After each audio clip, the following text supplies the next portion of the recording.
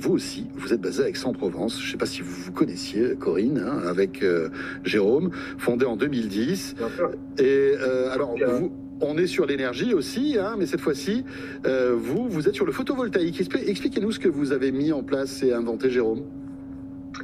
Et oui, tout à fait. Nous, on développe depuis maintenant 12 ans une entreprise qui est basée à Marseille, donc juste à côté d'Aix-en-Provence et de nos confrères d'Easy Labs. Une entreprise donc qui est fabricant de panneaux solaires. On a développé en sortant de l'école centrale Paris en 2010, il y a 12 ans maintenant, avec Laetitia Brottier, mon associé, un panneau solaire qui produit à la fois de l'électricité et de l'eau chaude sur une même surface. Jusqu'à il y a 5-6 ans, avant la sortie de notre première version de panneau, les panneaux solaires produisaient soit de l'électricité, ce sont les panneaux photovoltaïques, soit de l'eau chaude, ce sont les panneaux thermiques.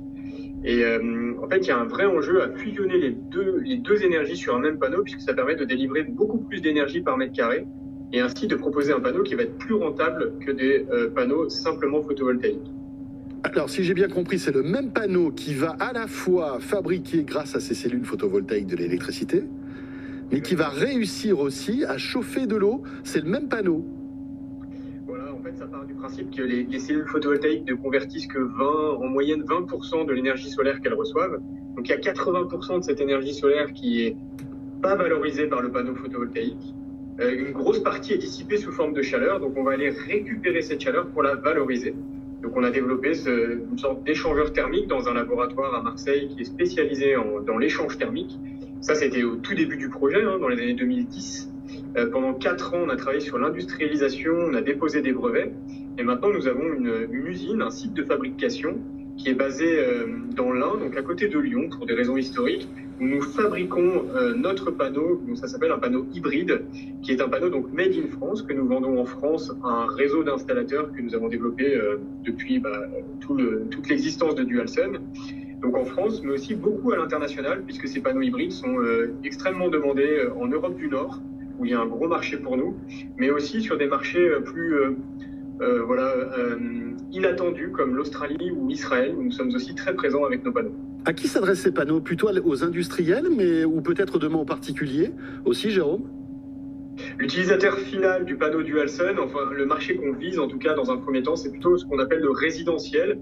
Donc le résidentiel, ça couvre les propriétaires de maisons qui vont équiper leur toiture pour chauffer l'eau de leur maison ou l'eau de leur piscine.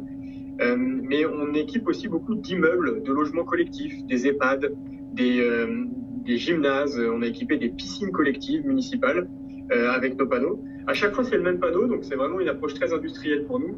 Et après, le nombre de panneaux par projet va varier.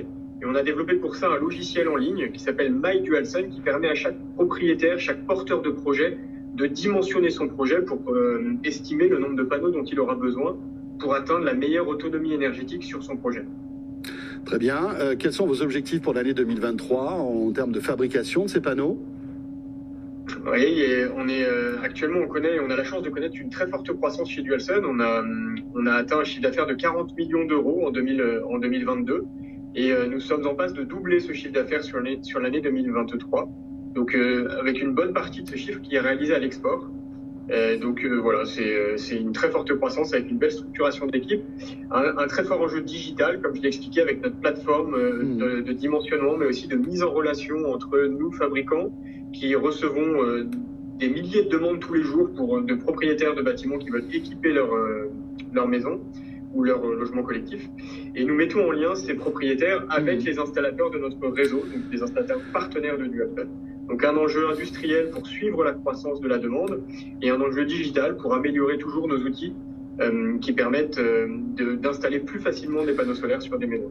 Merci beaucoup Jérôme Moutarde, président et cofondateur donc de Dualsun. Et merci aussi Corinne Dubruel d'être passée nous voir sur le plateau de Tech & Co. Présidente donc d'Easy Labs. C'est rendez-vous en 2027. Exactement. Peut-être même avant d'ailleurs.